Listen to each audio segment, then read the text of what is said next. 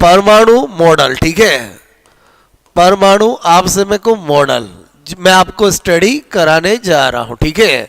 तो सबसे पहले तो आपको पता होना चाहिए कि रेदरफोर्ड ने अल्फा परकिनन आप समय को प्रयोग, अल्फा स्कैटरिंग एक्सपेरिमेंट, ठीक है, बोलो मैंने कहा अल्फा स्कैटरिंग एक्सपेरिमेंट, ठीक है, द्वारा अपना आप समय को मॉडल दिया, ठीक है।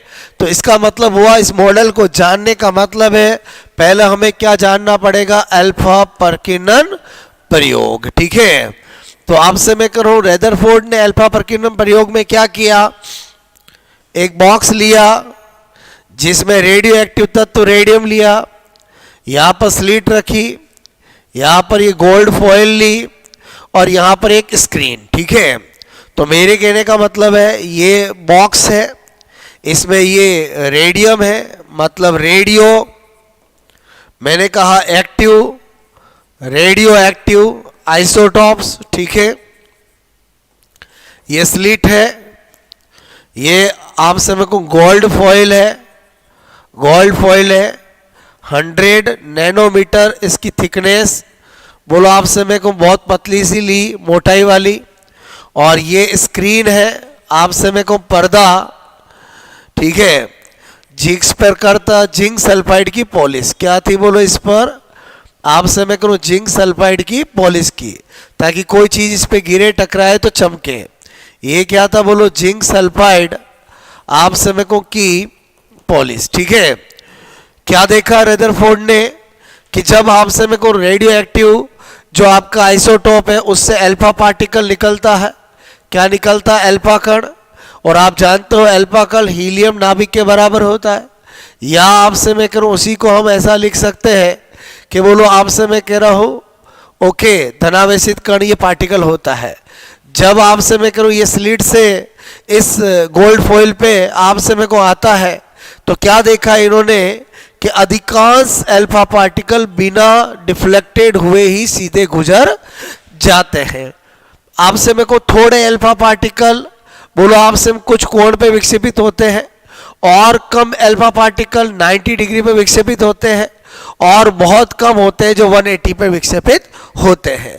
आपसे मेरे को ये इनका एक एक्सपेरिमेंट का मैंने आपको बोलो रूपरेखा बनाई है, जिनमें इनका कहना था कि लगभग आपसे में 2000 अल्फा कणों में से एक आपसे में को अल्फा कण बोलो 90 डिग्री पर आपसे में को विक्षेपित होता है, और इनका कहना था लगभग 20,000 अल्फा कणों आपसे मैं कह रहा हूं उससे एक अल्फा कण बोलो 180 डिग्री पर आपसे में को विक्षेपित होता है।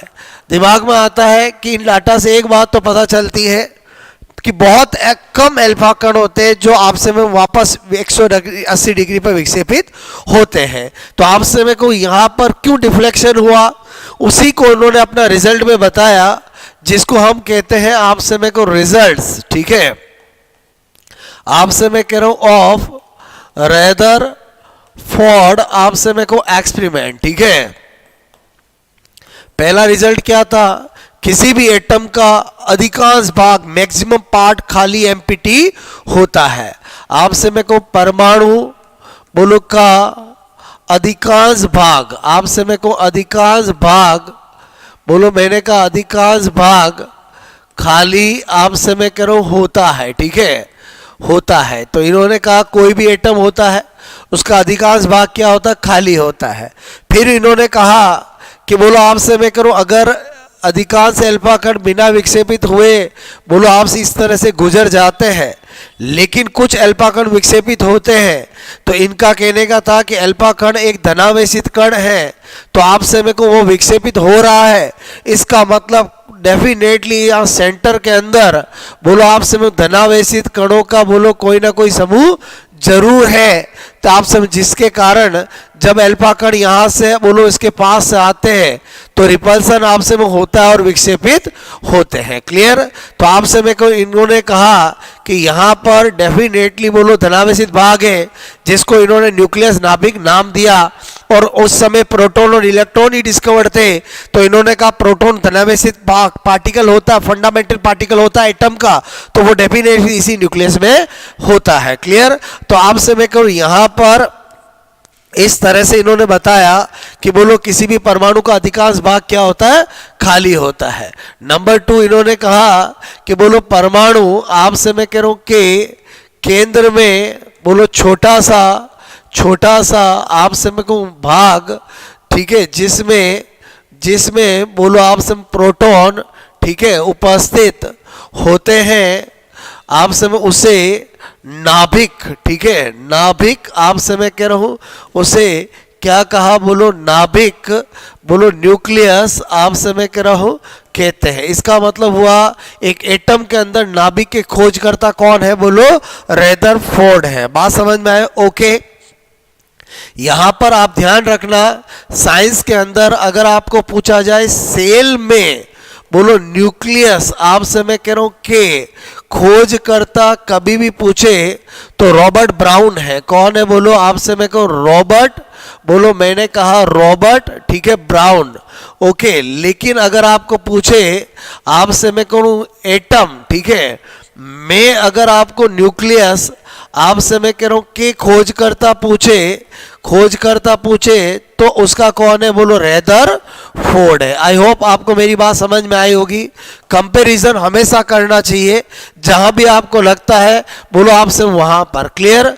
उसके बाद आपसे मैं कह रहा हूं नंबर 3 इन्होंने क्या बताया कि लगभग आपसे 2000 अल्फा कणों में से एक अल्फा कण बोलो आपसे मैं कहूँ 90 डिग्री पर, तथा आपसे मैं कहूँ लगभग 20,000 आपसे मैं कहूँ अल्फा कणों में से एक अल्फा कण बोलो 180 डिग्री पर बोलो विक्षेपित आपसे में को होता है। ठीक है। तो इस बात से उन्होंने एक बात निकाली कि जो आपसे में को विक्षेपित अल्फा कणों की जो संख्या है वो हमेशा क्या होता है, बोलो विक्षेपण आपसे में को कोण के इनवर्सली प्रोपोर्शनल होता है। मतलब number of deflected alpha particle is inversely proportional to deflected angle. जितना एंगल इंक्रीज होगा, बोलो आपसे में कहूँ जितना एंगल इंक्रीज होगा उतना ही पार्टिकल जो विक्षेपित होते हैं उनकी संख्या कम होती है। बोलो बात समझ में आए। और आपसे में को इसी आधार पर इन्होंने एक फॉर्मूला दिया जिसकी सहायता से हम निकाल सकते हैं कि अगर इतने एंगल पे इतने डिफ्लेक्टेड हुए तो इतने एंगल पे कितने होंगे। जितने भी हायर एग्जाम्स होते हैं उन सब के अंदर आपसे में को ऐसा क्वेश्चन एग्जामों में आ जाता है। तो आपसे में वो फॉर्मूला कौन सा था, तो मैंने कहा यहाँ पर बोलो विक्षेपित आपसे मैं कह रहा हूँ अल्फा कणों, ठीक है, की संख्या आपसे मैं को ज्ञात करने बोलो का सूत्र। ठीक है। ये जो मैं फॉर्मूला बता रहा हूं वो जनरली बुक्स में नहीं होता है बट बहुत ज्यादा इंपॉर्टेंट है कॉम्पिटिटिव पॉइंट ऑफ व्यू से।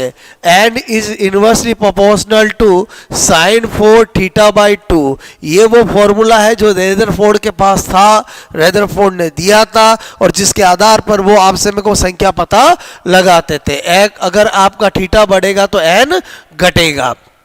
इसका मतलब θ1 एंगल पर अगर n1 विक्षेपित कणों की संख्या है, θ2 पर आपसे n2 है, तो हम क्या कर सकते हैं, इनवर्सली प्रोपोर्शनल होने की वजह से n2 अपॉन n1 करेंगे तो यहाँ पर साइन 4 θ1 बाई 2 और मैंने कहा साइन 4 θ2 बाई आपसे में को θ2 बाई आपसे में को हाफ, ये हम कर सकते हैं और इसकी सहायता से हम बोलो क्वेश्चन सेकंडों में सोल्व कर सकते हैं।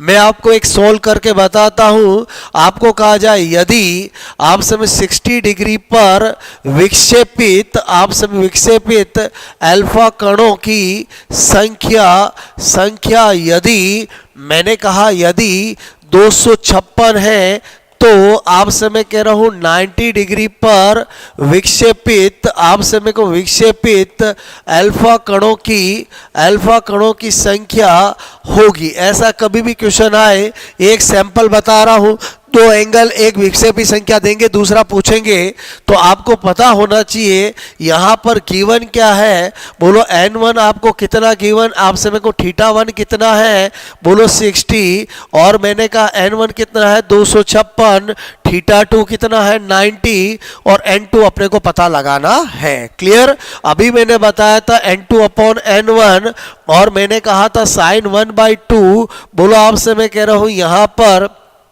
बोलो साइन आपसे मेरे को 2/2। क्लियर?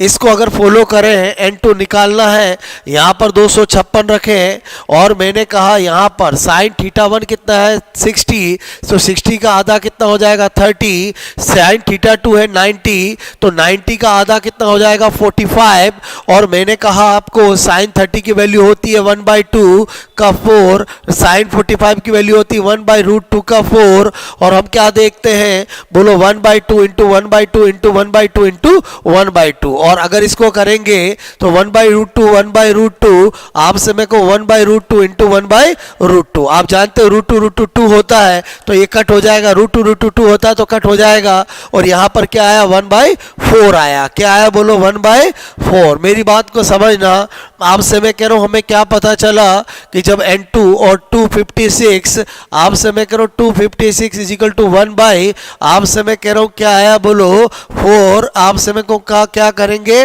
बोलो आपसे में 1/4 आया है। ठीक है, तो इसका मतलब हुआ यहां पर अगर मुझे अतः जब n2 निकालना होगा तो मैं क्या करूंगा 256, बोलो आपसे डिवाइड बाय 4 करूंगा, तो आपको पता है यहां पर आपसे मैं कह रहा हूं, मैंने कहा ठीक है, आपसे मैं करूँ 8 का तो हो जाएगा 24, और यहाँ पर आपसे मैं कह रहा हूँ, मैंने कहा 256 में 4 से डिवाइड करेंगे तो आपसे मैं कह रहा हूँ कितनी बार जाएगा, बोलो ओके। यहाँ पर आपसे मैं कह रहा हूँ, बोलो 24 और 4 चौक 16, 64 आंसर हो जाएगा। तो आपको 4 ऑप्शन होंगे, वो आप आराम से कर सकते हो। इस क्वेश्चन से आपको क्या सीखने को मिला, ये वाली चीज़ जो बहुत कम स्टूडेंट को पता होती है, ये आपको पता होनी चाहिए। आपसे मेरे को इसको हम बोलो अगर ध्यान रखते हैं तो हम बोलो इस तरह के न्यूमेरिकल क्वेश्चन कर सकते हैं जो मैंने आपको यहाँ पर बताए हैं। ओके, आपसे मैं करूँ पॉइंट नंबर रिजल्ट के अंदर अगर 6 को देखें तो आपसे मैं करूँ यहाँ पर अगर मैं आपसे कहूं, बोलो रेदरफोर्ड ने प्रोटॉन का बता दिया कि प्रोटॉन नाभिक के अंदर होता है, और लोगों ने पूछा इलेक्ट्रॉन का क्या है, बताइए इलेक्ट्रॉन की क्या पोजीशन, कैसे क्या होता है।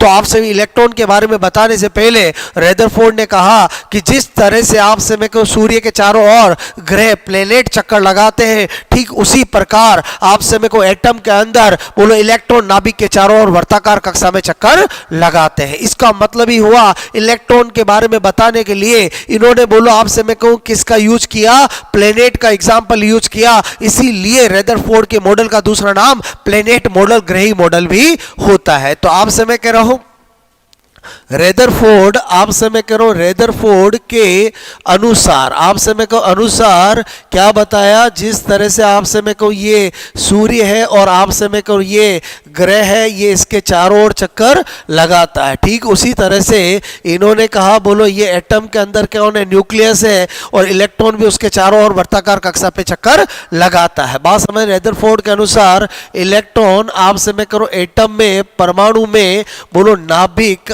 आपसे मैं कह रहा हूं कि चारों ओर आपसे मैं कह रहा हूं वर्ताकार, ठीक है, वर्ताकार आपसे मैं कक्षा बोलो में आपसे मैं कह रहा हूं चक्कर, बोलो चक्कर लगाता है, ठीक है, ठीक आपसे मैं उसी प्रकार, ठीक उसी प्रकार आपसे मैं कह रहा हूं ठीक उसी प्रकार जिस प्रकार बोलो जिस ठीक उसी प्रकार जिस प्रकार बोलो ग्रह आपसे मैं कह रहा हूं ग्रह बोलो ग्रह सूर्य के चारों ओर आप चारों ओर चक्कर आपसे मेरे को लगाते हैं, ठीक है। तो आपसे मेरे को इसीलिए आपको पता होना चाहिए कि रेदरफोर्ड आपसे मेरे को रेदरफोर्ड के आपसे मैं करूं सिद्धांत बोलो को या मॉडल आपसे मैं को मॉडल ठीक है को मैंने कहा ग्रही मॉडल, ठीक है। ग्रही मॉडल मतलब प्लेनेट मॉडल,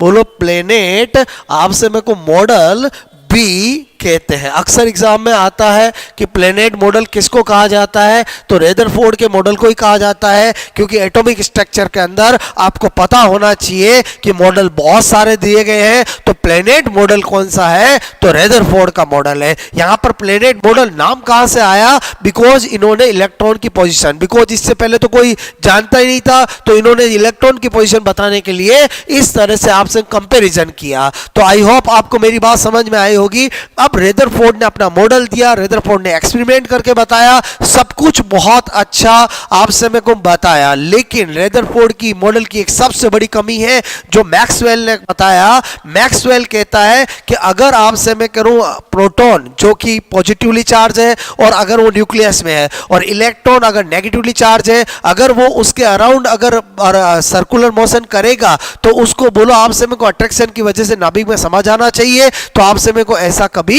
नहीं होता है। तो आपसे मैक्सवेल की इस बात को रेदरफोर्ड का आंसर नहीं दे पाया, इसलिए रेदरफोर्ड के मॉडल की, रेदरफोर्ड के एक्सपेरिमेंट की अगर कभी आपसे कमी पूछी जाए तो यही कमी है जो मैक्सवेल ने बताई थी। आपसे मैं कह रहा हूं ओके। तो आई होप आपको ये मॉडल समझ में आया होगा जिसका नाम है बोलो रेदरफोर्ड का परमाणु मॉडल, जो कि अल्फा स्कैटरिंग एक्सपेरिमेंट से बोलो आपसे बनाया गया है। और आपसे मैं करूं इस मॉडल की मेन बातें आपको क्या पता होनी चाहिए। सबसे पहले आपको अल्फा प्रकीर्णन प्रयोग द्वारा मॉडल किसने दिया, तो रेदरफोर्ड आंसर होगा। रेदरफोर्ड ने किस एक्सपेरिमेंट से मॉडल दिया, तो अल्फा प्रकीर्णन प्रयोग होगा। दूसरा क्वेश्चन जो अक्सर एग्जाम में आता है, रेदरफोर्ड ने अपने अल्फा प्रकीर्णन प्रयोग के लिए रेडियो एक्टिव आइसोटोप किस धातु का लिया, किसका लिया, तो रेडियम का लिया। तीसरा, रेडियम से बोलो कौन सी किरणें निकलती है जिसको अल्फा, तो अल्फा किरणें आपको ध्यान रखनी रेदरफोर्ड के प्रयोग में। उसके बाद किस धातु की पन्नी ली, बोलो आपसे गोल्ड फॉयल ली थी जिसकी थिकनेस 100 नैनोमीटर, ये भी पूछा जाता है। पर्दे पर किसकी पॉलिश की थी, जिंक सल्फाइड की थी। क्लियर। और आपसे मैंने आपको बताया कि जैसे जैसे विक्षेपण कोण बढ़ता है वैसे वैसे विक्षेपित अल्फा कणों की संख्या कब होती है, उसको बताने के लिए एक फॉर्मूला मैंने आपको बताया। और वो फॉर्मूला इतना इंपॉर्टेंट है क्योंकि उस फॉर्मूले का यूज करके कभी भी एग्जाम में पूछा जाए इतने अल्फा पार्टिकल इतने एंगल पे विक्षेपित होते हैं तो इतने एंगल पे कितने विक्षेपित होंगे, तो वही फॉर्मूला जो रेदरफोर्ड ने बताया है उससे आप निकाल सकते हैं। N is directly inversely proportional to 1/sin4θ/2। Clear. और रेदरफोर्ड ने आपसे इलेक्ट्रॉन को पोजीशन को बताने के लिए बोलो किसका एग्जांपल लिया, प्लेनेट का लिया, इसलिए प्लेनेट मॉडल भी कहते हैं। और इसकी कमी जो है वो किसने बताई, बोलो मैक्सवेल ने बताई है। आप आई होप आपको ये सिद्धांत जरूर समझ में आया होगा। कमेंट्स करके मुझे बताएं आपसे मैं करूं ये सिद्धांत आपके लिए कितना यूजफुल आपसे मेरे को है। क्लियर। ओके, बढ़ते रहें, मस्त रहें, बेस्ट ऑफ लक।